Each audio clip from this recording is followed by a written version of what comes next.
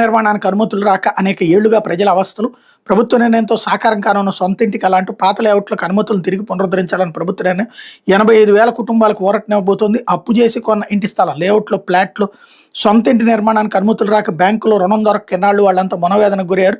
వీరి సమస్యలు తీరేలా 15 నుంచి 20 ఏళ్ల క్రితం ఇది పట్టణాభివృద్ధి సంస్థల నుంచి అనుమతులు తీసుకుని గడువులోగా నిర్దేశించిన పనులు పూర్తి చేయని 870 లేఅవుట్లకు అధికారుల అనుమతులను తిరిగి పునరుద్ధరించనున్నారు.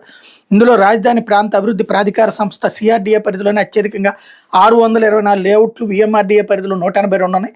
తిరుపతి, కర్నూలు, శ్రీకాకుళం, పుట్టపర్తి తదితర ప్రాంతాలు మిగతా ఉన్నట్టు గుర్తించారన్నట్టు వార్తని హైలైట్ చేశారు. ఇదేదో ఎవరికి ఎవరు ప్రత్యేకించి ప్రయోజనం చేసేది ఏం లేదు.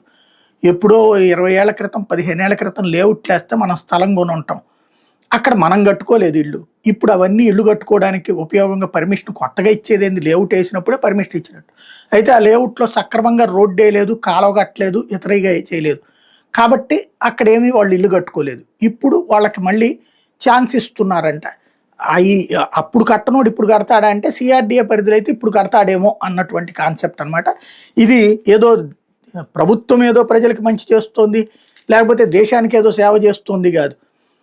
రియల్ ఎస్టేట్ వాళ్ళకి ప్రయోజనం చేకూర్చేటటువంటి అంశం ఇది. రియల్ ఎస్టేట్ వాడే కట్టలేదు, కట్టని దొంగని ఇప్పుడు కట్టమని చెప్తున్నారు. అంతకు మించి మరేం లేదు.